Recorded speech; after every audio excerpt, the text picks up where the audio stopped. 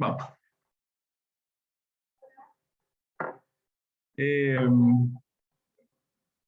Ya, ¿en qué quedamos?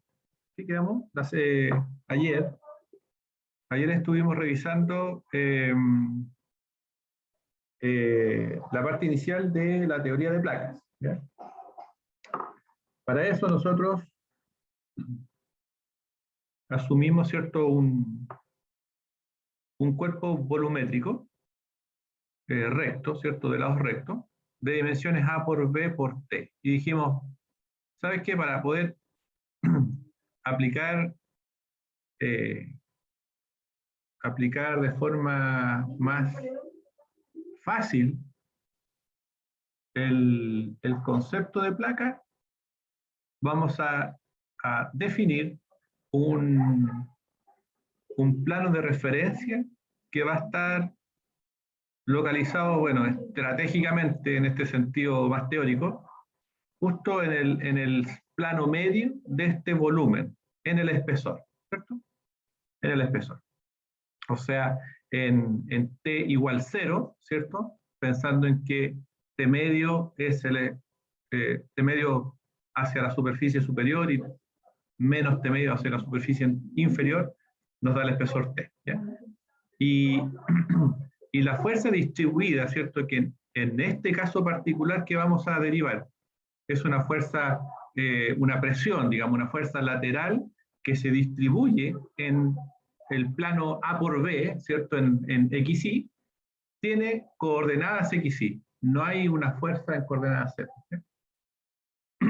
Listo. Y con esa definición de la placa, hicimos una definición de las tensiones que aparecían en las caras perpendiculares a los ejes XY, y con esas definiciones definimos una fuerza que está definida por unidad de longitud en cada una de estas direcciones, ¿cierto?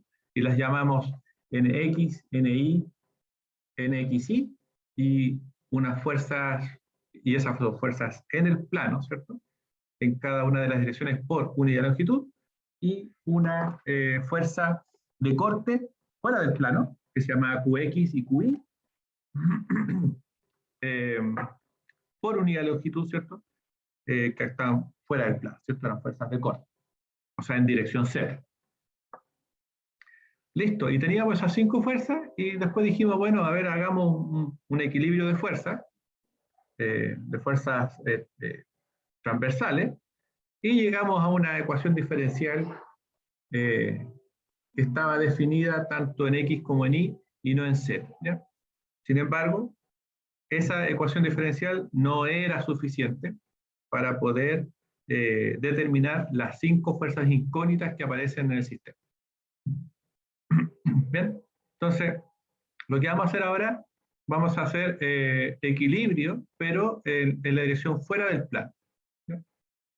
Así que ahí decimos, digamos, en flexión, la única ecuación para el equilibrio es la que desarrollamos en la clase anterior, que es la ecuación de equilibrio de fuerzas fuera del plano.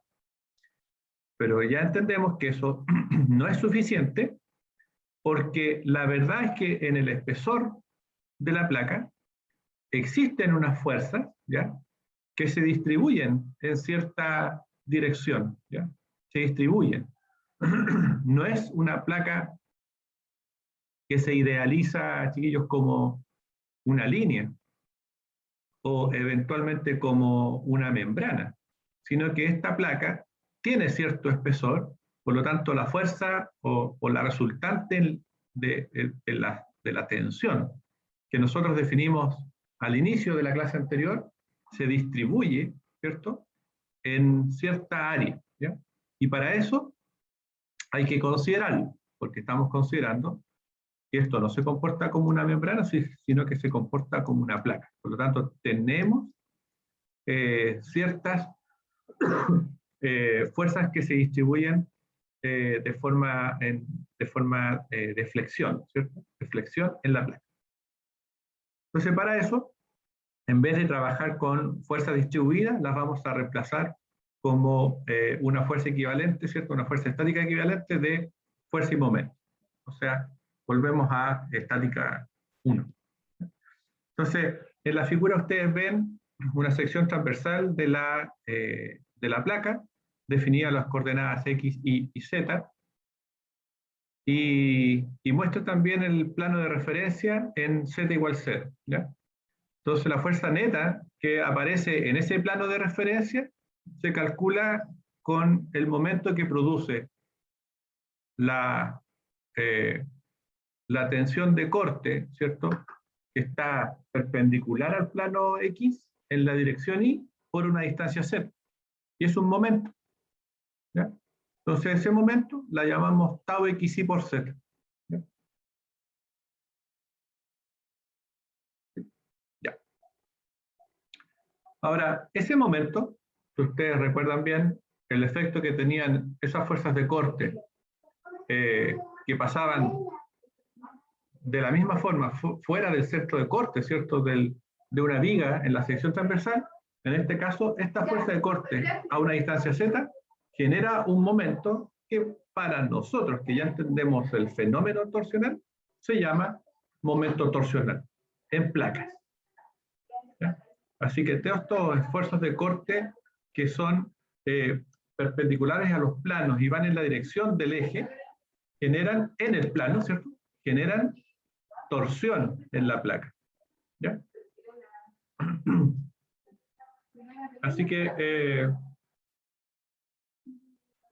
para matemáticamente podemos definir entonces de que este momento torsional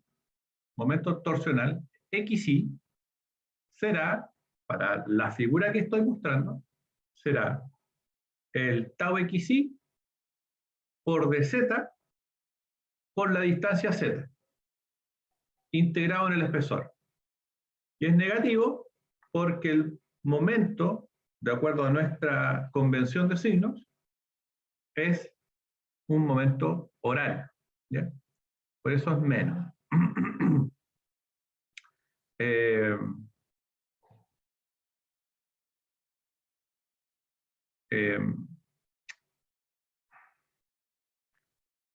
¿Ya? Bueno, ese es el momento torsional. Aquí está. ¿Qué más digo de aquí? Ya. ¿Van bien? ¿Se entiende lo que estamos haciendo? Estamos momentando y vamos a momentar en cada una de las caras, por supuesto. Sí, bien, profe. ¿Sí? Sí, todo bien. Profe, dejó grabando, ¿cierto? No me fijé. Estoy grabando, sí. Ah, ya. Vale. Sí, estoy grabando. Listo. Bueno, y ahora vamos, si uno considera ahora el momento que produce la tensión sigma X, ¿cierto?, que sale del plano perpendicular, ¿cierto?, sale del plano de forma perpendicular en la dirección X, produce también un momento en torno al plano neutro. Produce un momento tau XY y produce un momento torsional, ¿cierto? Perdón, produce un momento torsional, un momento MXY, y produce un momento de flexión en placa que se llama sigma X por dz, integrando en el espesor. Entonces, considerando este efecto de placa, ¿sí? O sea, si uno considera el efecto de la placa y no considera simplemente un efecto de membrana, la definición de las fuerzas que aparecen en estas caras perpendiculares son clase anterior, fuerzas normales y fuerzas de corte fuera del plano, y momentos, que son momentos de flexión por unidad de longitud y momentos torsionales por unidad de longitud, que se definen tanto para la cara normal al eje X como para la cara normal al eje Y. ¿Ya? Entonces, tenemos un set de definiciones en fuerzas, ¿cierto? Fuerzas por unidad de longitud en las caras perpendiculares, normal al eje X y normal al eje Y. ¿Ya? Ahora, en este caso particular de los momentos torsionales, hay que aclarar que dadas las direcciones de los esfuerzos tau xy y tau ix, nosotros vamos a encontrar de que el momento torsional xy es igual a menos el momento torsional ix. ¿Ya? ¿Ya? Eso para que tengan consideración de que esto nos ayuda a tener una ecuación adicional para el cálculo de la fuerza. ¿Ven?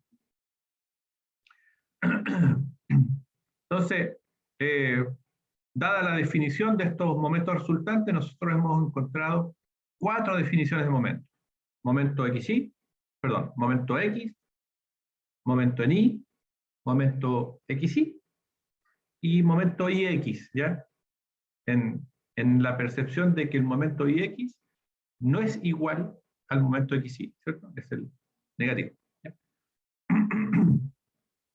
Entonces, sin embargo, como este es un sólido, ¿ya? Como este es un sólido, el equilibrio de fuerzas, digamos, el equilibrio de fuerzas, de tensiones que se desarrollan dentro de este sólido, están descritas, ¿cierto?, en la mecánica de sólidos. Estas ecuaciones que yo les muestro aquí en verde, la ecuación 1, 2 y 3, son las ecuaciones clásicas de la mecánica de sólidos que definen en función de las 9 componentes de las tensiones. ¿Sí? Esto lo vieron ustedes en sólido 1. Así que, si esto es cierto para un sólido cualquiera, también tiene que ser cierto para la definición de la placa. ¿Ya? Así que, de esta ecuación, nosotros obtenemos, por supuesto, obtienen estas 9 componentes, las 3 tensiones normales, sigma x, sigma y sigma z, y las 6 componentes de corte, que están descritas ahí en tau, con las 2 componentes en x, y, o sea, en x, y z, ¿cierto? Tau x, y, tau x, z, tau y z. Entonces, tengo mis componentes de fuerza, tengo mis componentes de momentos, voy a aplicar mi definición de equilibrio en la mecánica de sólidos, en estas 9 componentes, se las voy a aplicar a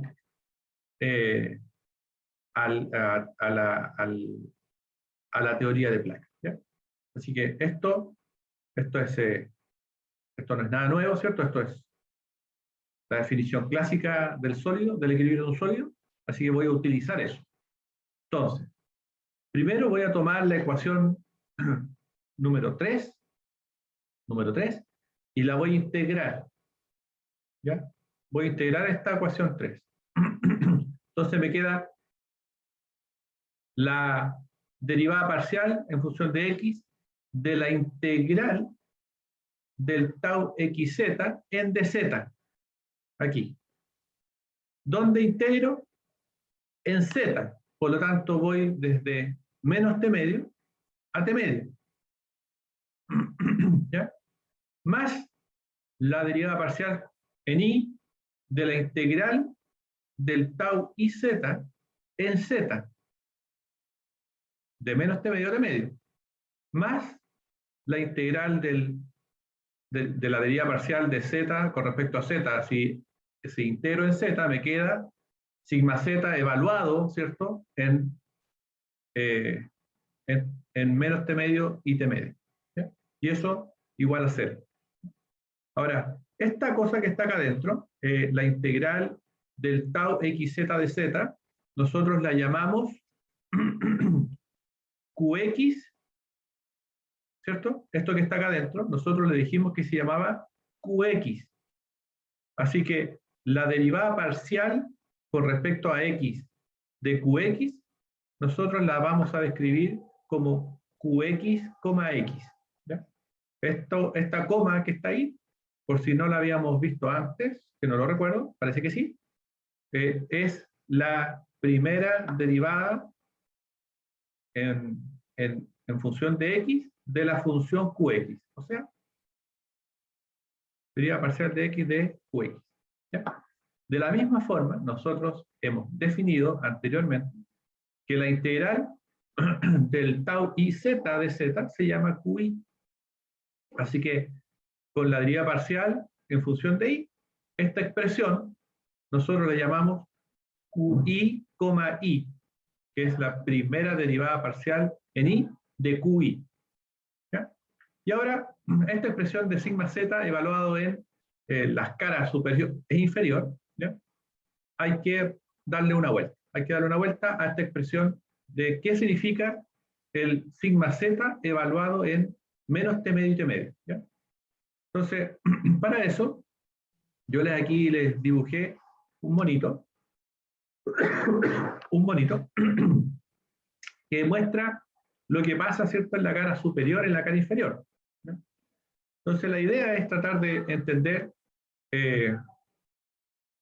a qué se refiere cuando digo sigma z en t medio, que en este caso sería en la cara inferior, y qué significa sigma z evaluado en menos t medio, que es la cara superior. ¿Ya? Ahora lo leo con mayor detalle, Sebastián, porque ahora como sé que estas estaban al revés al inicio, ¿ya? Las tengo que leer con más detalle si me estoy equivocando. ¿Ya? Así que sigma z en la cara inferior, que es t medio, no hay distribución de carga. La carga está aplicada en la cara superior, así que no hay distribución de cargas, por lo tanto las tensiones en la cara inferior debiesen ser cero. Mientras que en sigma z, evaluado en menos t medio, que es la cara superior, tengo la distribución de Q, ¿cierto?, en toda la superficie, así que las tensiones en menos t medio son Q, negativos. ¿Ya? ¿Por qué son negativos? Porque es el equilibrio de las tensiones lo que estamos considerando. Es el equilibrio de las tensiones lo que estamos considerando. ¿Ya? Dicho eso, cuando evalúo sigma z de t medio menos sigma z evaluado en menos t medio, aparece este signo más, ¿cierto?, que está aquí, en la ecuación que se describe como qx, más qi, i más q igual 0. ¿Ya? ¿Ya? Este más de ahí aparece simplemente porque evaluar sigma z en menos t medio es menos q. ¿Ya? Solamente producto del equilibrio de las fuerzas en esa cara. Listo. Si ahora, de la ecuación 2 de la mecánica de sólidos, aquí de la definición de las tensiones, ¿cierto?, voy a tomar la ecuación 2 ahora y la voy a multiplicar por z. ¿Ya? La voy a multiplicar por z y voy a integrar. ¿Ya? Estamos manipulando un poquito las ecuaciones para poder derivar nuestra ecuación diferencial de plaga. ¿Ya? Esto es justamente, jóvenes, lo que no aparece mucho en los libros. ¿Ya? En los libros aparece el resultado final, así, fuerte y derecho. Así que les estoy mostrando un poquito cuál era el camino que ellos tomaron. Multiplico la ecuación 2 por z e integro. Y me queda que de la ecuación 2 aparece la integral entre menos t medio y t medio de tau xi por z de z, derivado en x. Después aparece la integral de menos t medio a t medio de sigma i por z de z, derivado en i.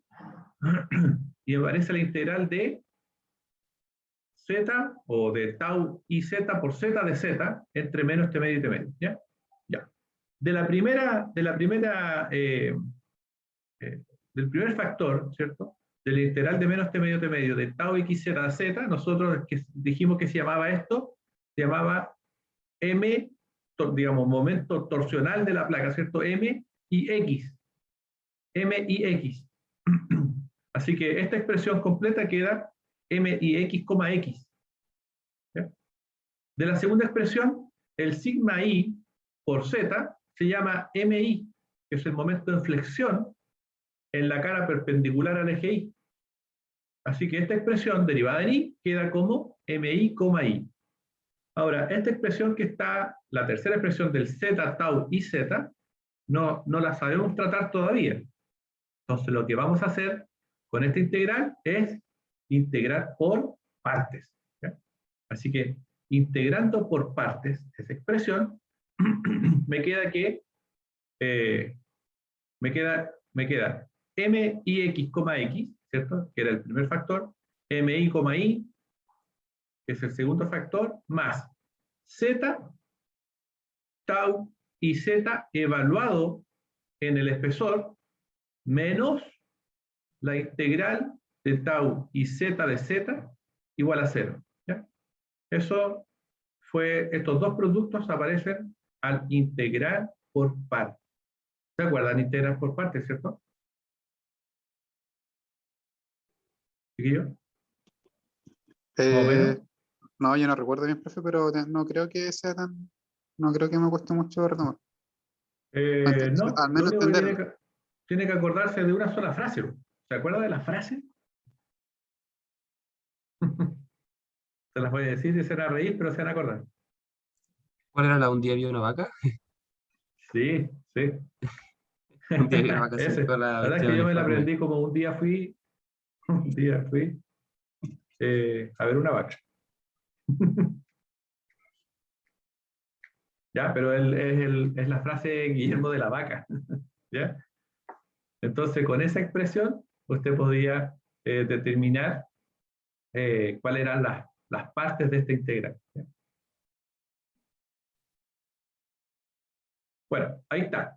Entonces, lo interesante de esto es que al integrar por parte, la expresión del tau i z, la expresión del tau i z, evaluada en la superficie, vale 0, porque esta de este corte va en la dirección de z. Así que evaluado en el espesor, esto vale 0. Y solamente me queda la integral de menos t medio t medio del tau i z de z, que nosotros sí sabemos cómo se llama, y se llama fuerza de corte, ¿cierto? Fuera del plano, la dirección i por unidad de longitud, qi. ¿Ya? Así que la ecuación que aparece de nuevo, al manipular nuestras ecuaciones de la mecánica de sólidos es mix, más mi, ¿correcto? Igual a qi. ¿Ya? Así que si ustedes hacen exactamente lo mismo con la ecuación 1, ustedes van a encontrar la ecuación que se describe aquí. Entonces, finalmente, para no hacer el mismo proceso, ¿cierto?, que hicimos anteriormente, las ecuaciones de equilibrio son mx, más momento de inflexión en la dirección x, más un momento torsional, es igual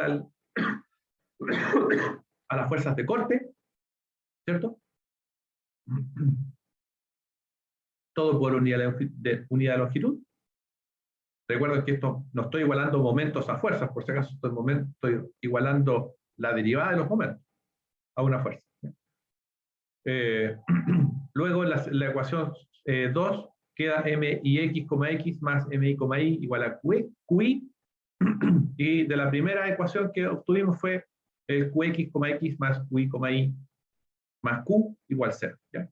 Recuerden, estas tres ecuaciones son válidas para placas con carga lateral solamente. ¿Ya? Aquí no estamos incorporando momentos en los bordes o cargas axiales a la placa. ¿Ya? Ese es otro animalejo. ¿Bien? Así que hemos obtenido finalmente tres ecuaciones de equilibrio que dependen, afortunadamente, y esta es la idea, solamente de variables x, y.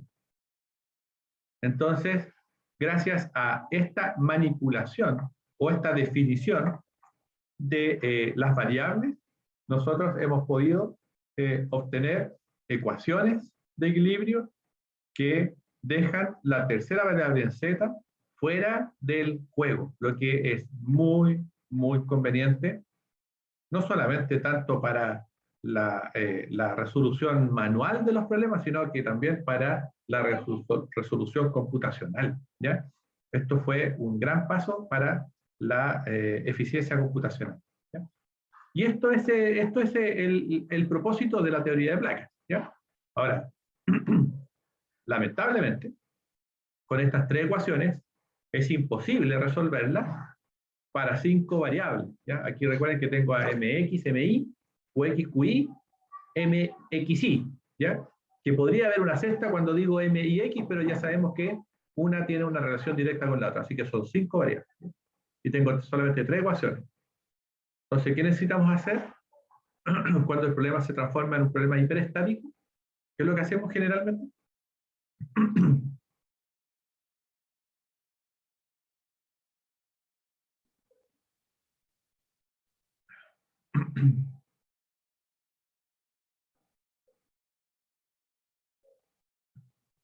¿Qué hacían jóvenes cuando tenían un problema hiperestático?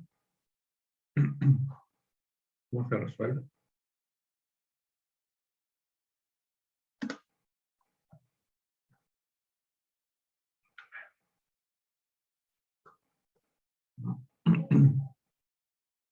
Guillermo, ¿ya? Tienen que saberlo. No me digan, no se acuerdan. No me lo digan. Tienen que saberlo.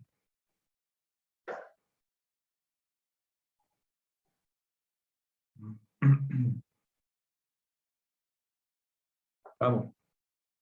¿Qué se hace cuando tienen un problema hiperestático y al hacer equilibrio de fuerzas no se puede resolver? Necesitan hacer algo adicional.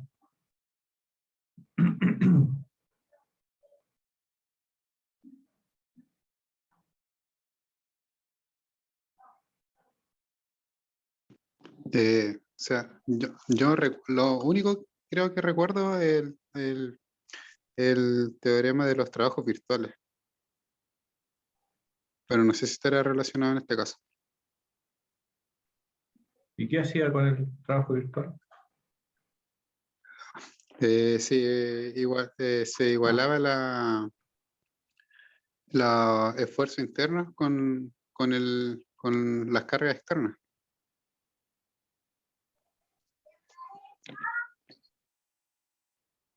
¿Ya? O sea, ¿Y cómo? con la energía de deformación, ¿puede ser o no? Ah, por ahí, sí, no, sí, va bien, Guillermo, pero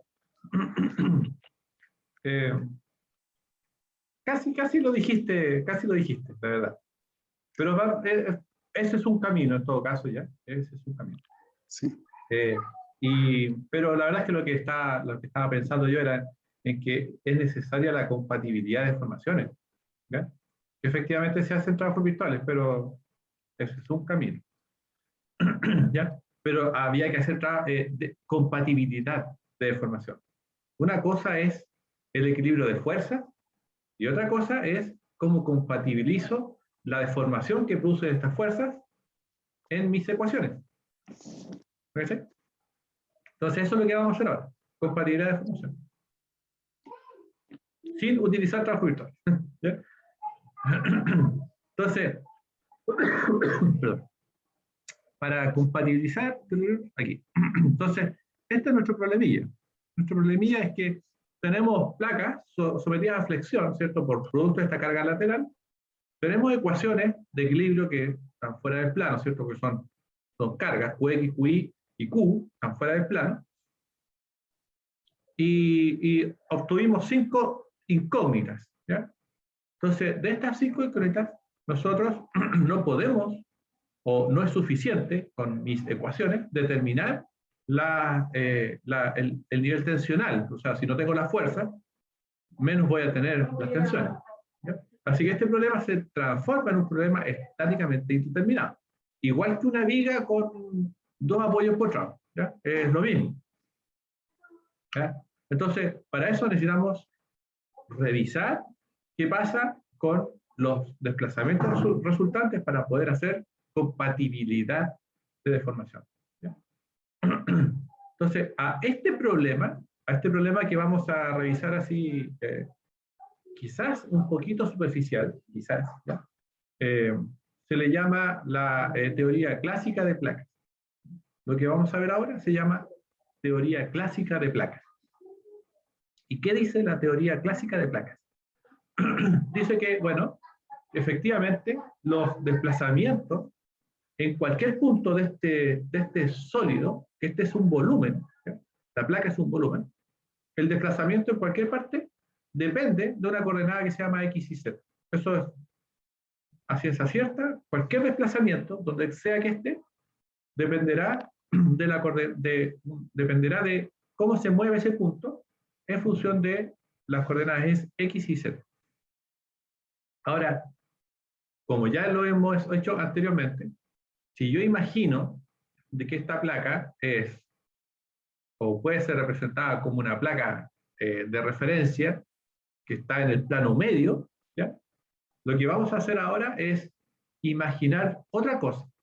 Vamos a imaginar, ¿ya?, de que el espesor de la placa es infinitesimalmente pequeña, ¿ya?, y que el espesor, ¿ya?, la placa en sí como volumen es infinitesimalmente pequeño, pero el espesor, jóvenes, lo puedo representar como una fibra.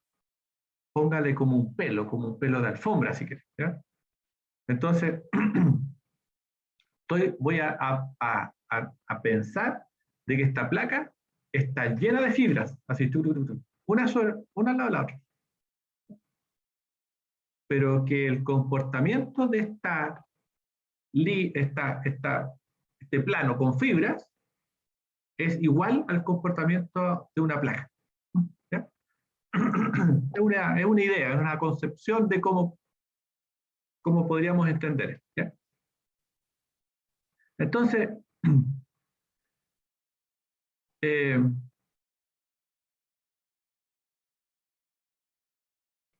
si eso es, si lo podemos imaginar, entonces el desplazamiento de este plano medio, ¿ya?, que representa la placa, está descrito entonces, ¿cierto?, como una deformación en X que depende de XY, ¿cierto? Porque estoy en T igual 0, por si acaso estoy en Z, entre comillas, estoy en Z igual 0. ¿Ya? Así que ese desplazamiento será U, le vamos a decir U raya, que depende de XY.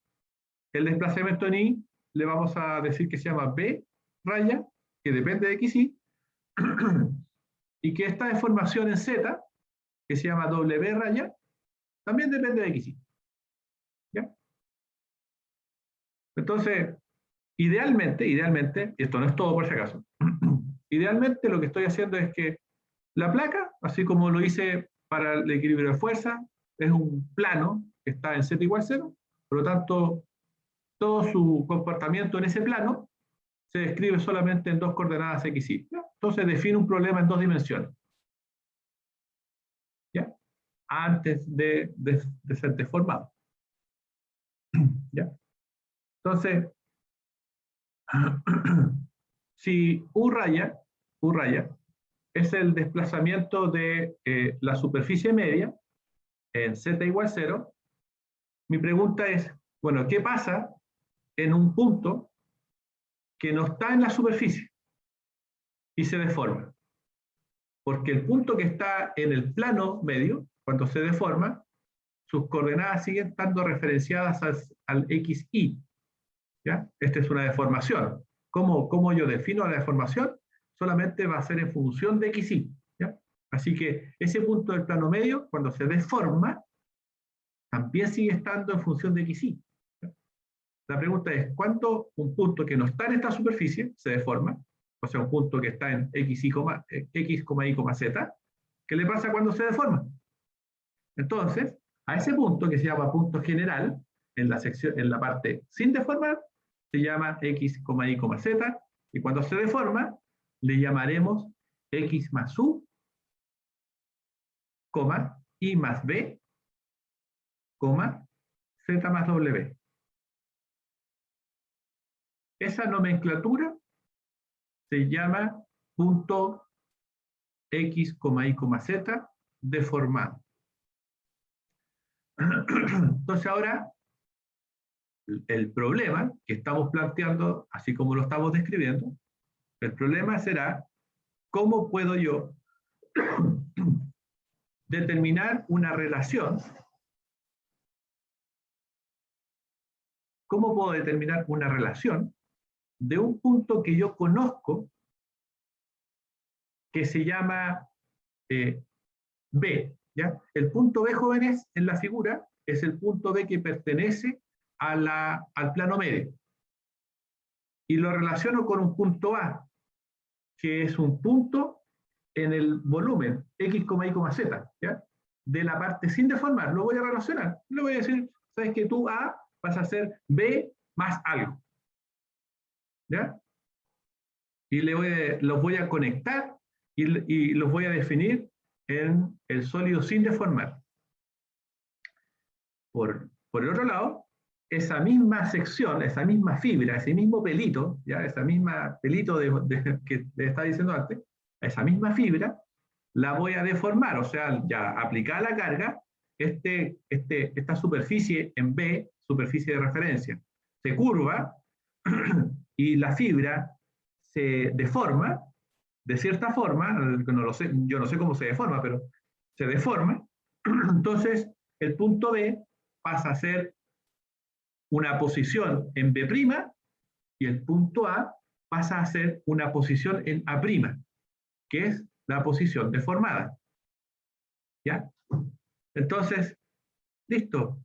¿Cómo voy del punto A al punto A'? De una posición sin deformar, o sea, de una fibra que es perfectamente recta, el plano de referencia perfectamente recto, se forma un ángulo maravilloso ahí de 90 grados, a una posición deformada, en donde ya el ángulo recto deja de ser recto, porque la cuestión se deforma, o sea, es distinto de 90, y no sé dónde está el punto de prima y cómo voy a saber dónde está el punto A'. ¿Ya? Entonces, ¿ah? ¿Ok? Ah.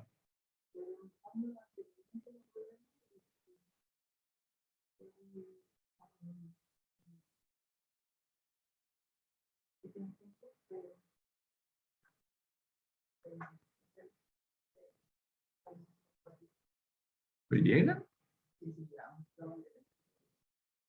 Y...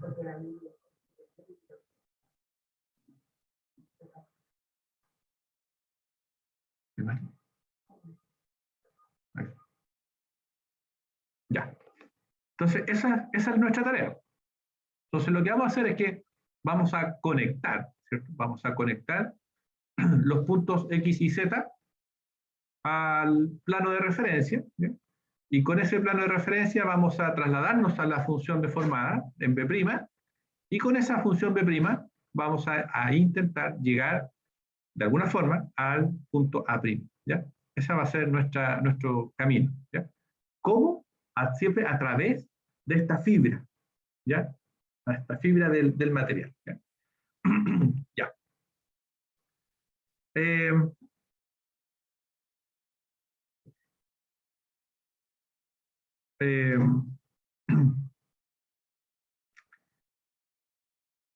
Realmente, en la realidad, ¿cierto? En la realidad de los materiales, los fenómenos que pueden aparecerle o que puede sufrir esta fibra, que está representando el comportamiento de una placa, en la realidad es la siguiente. Esta es la realidad. Esta fibra puede estirarse o encogerse, producto de las cargas, ¿cierto? O sea, el punto A puede estar más lejos o más cerca del punto B, después de deformar. La fibra en sí puede deformarse con ángulos que sean distintos a 90 grados. Se pueden deformar. Y además,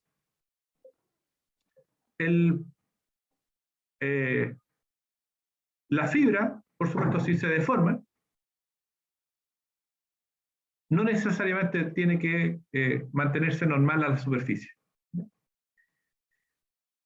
Lo que vamos a hacer es asumir de que nada de eso sucede. ¿Ya? Vamos a asumir de que nada de eso sucede. ¿Ya? Esas suposiciones se llaman las suposiciones de Kirchhoff. ¿Bien? ¿Qué dice él? Él dice que efectivamente el plano medio es un plano neutro. ¿Ya? El plano medio es un plano neutro. Así como en viga el eje neutro es un eje donde no hay deformación, ¿cierto? No hay tensiones en el eje neutro. Entonces, para nosotros el plano medio es un plano neutro. Vamos también a asumir de que este elemento sí permanece normal al plano de referencia. O sea que efectivamente ese ángulo que dice distinto de 90 grados, cuando se deforma, para nosotros va a seguir siendo 90 grados. ¿Ya? En viga nosotros decíamos de que las caras planas permanecían planas después de formación, ¿cierto?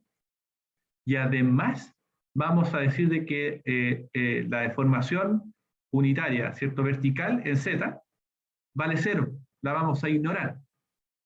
¿Qué significa esto? Que el epsilon ZZ, o sea, la deformación del espesor, vale 0. Significa que esta fibra no se estira ni se encoge. La fibra no se estira ni se encoge. Epsilon ZZ.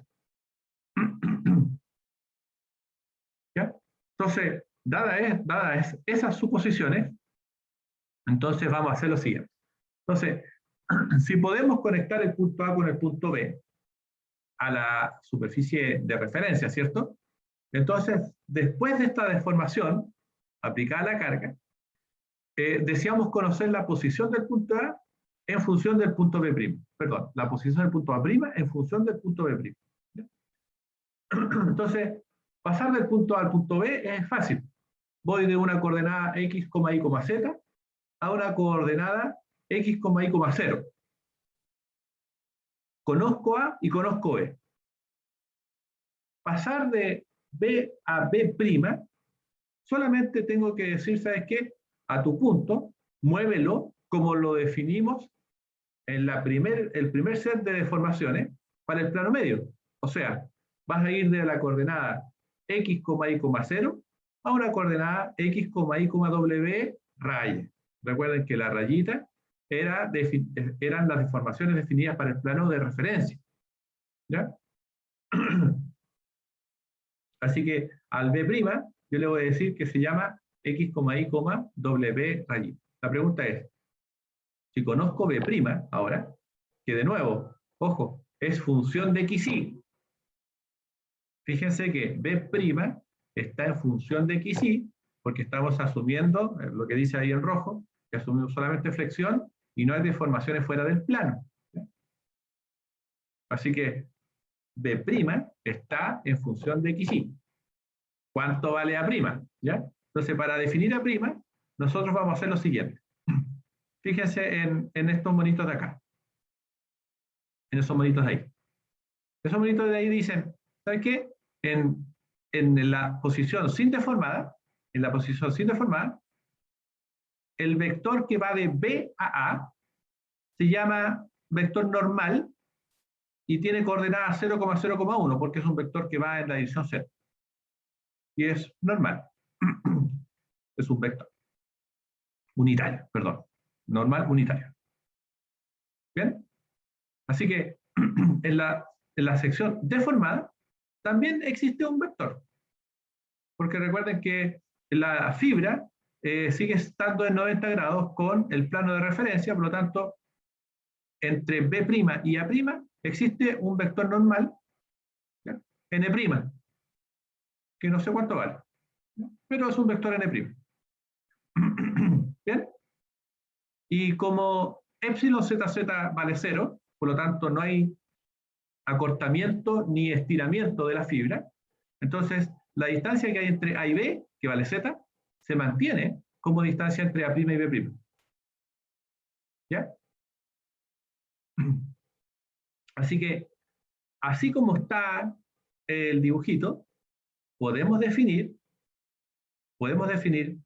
tranquilamente de que la coordenada A' es la coordenada de B, x, y, w raya, más z por el vector normal unitario. Z por n'. ¿Ya? La pregunta es ¿cuánto vale n'?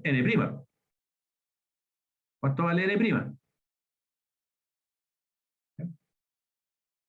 Bueno, no tenía abierta la clase.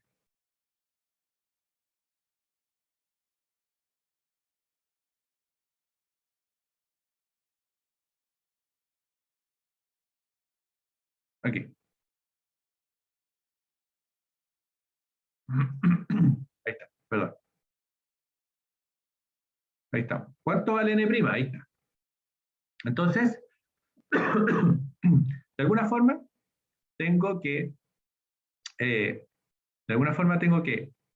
relacionar este vector unitario normal en la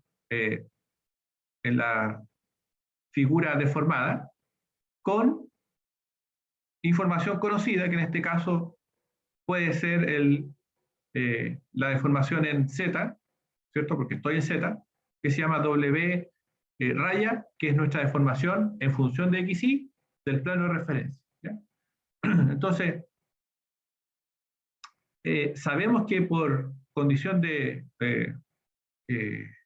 ortogonalidad podemos relacionar W raya, con el vector normal prima.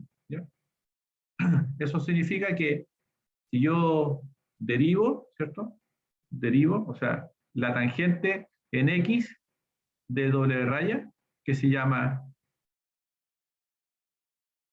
1,0 en X, estoy derivando en X, 1,0, W raya, X, y la tangente en Y de W que se llama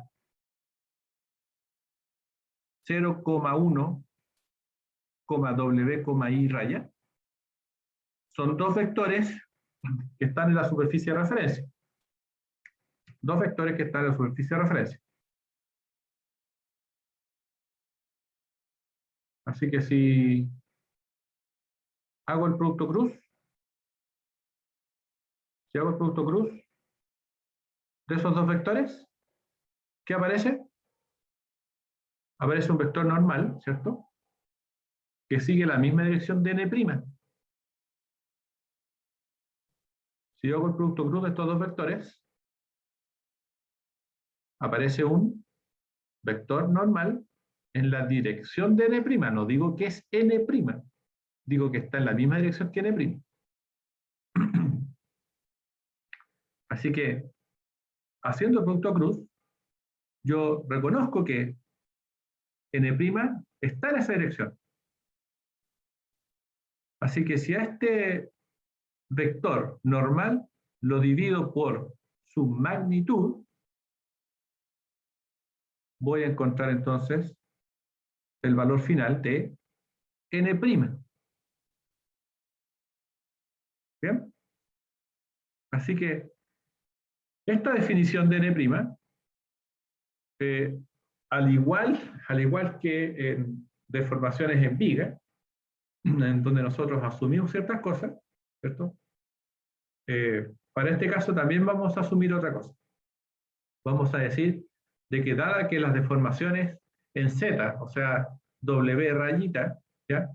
Son tan pequeñas, vamos a decir de que no contribuyen en el resultado final, por lo tanto, n' es o se aproxima al vector menos W raya, X, menos W raya, Y, 1.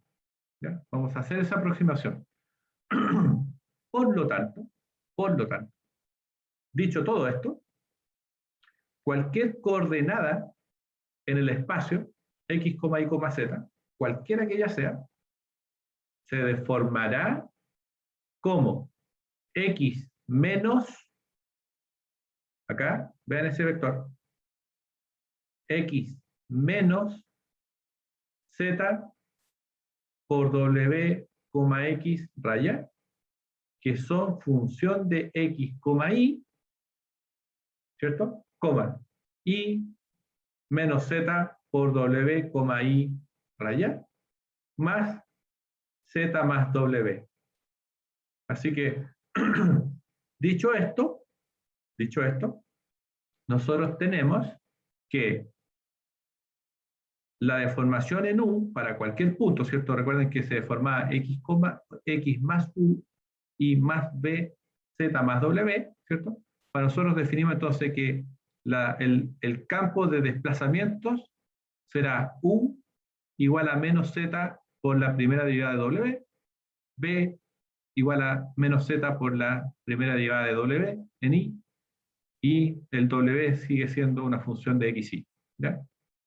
Esto nos indica que, dadas las suposiciones o la teoría de Kirchhoff que nosotros hemos descrito, el campo de desplazamientos es lineal en Z para las deformaciones en U y en B. ¿Ya? Es lineal en Z. ¿Ya? Lineal en Z. Listo. Harto que digerir aquí, pero les voy a mostrar la última cosa. A ver, no se vayan, por favor. No se vayan.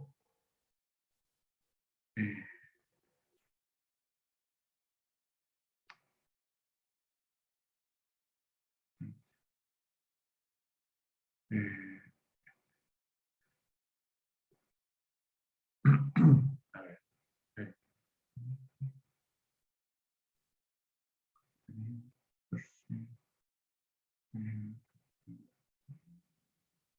Aquí. 2.19. 2.19. Ya. Ya. ¿Están viendo Bending of Thin Plates, capítulo 7? Sí. Ya. Esto, chiquillos, es el capítulo 7 del libro que yo les había recomendado, ¿cierto? El Mexon, el capítulo 7. El capítulo 7 habla de cosas muy, muy similares a lo que estamos trabajando acá, ¿ya? Por supuesto habla, por ejemplo, primero de placas sometidas a momentos en los bordes, placas sometidas a flexión y torsión, y placas sujetas a cargas distribuidas de forma transversal, que es el caso que yo desarrollé con ustedes aquí en la clase, ¿ya? Entonces, el libro, que a mí me gusta mucho este libro porque es bien gráfico y le pone harta ecuación, ¿ya?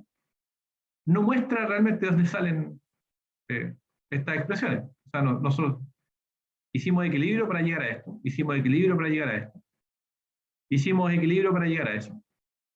E hicimos un par de ejercicios adicionales para llegar, creo que vamos hasta por aquí. Pónganle que vamos hasta por aquí, ¿ya?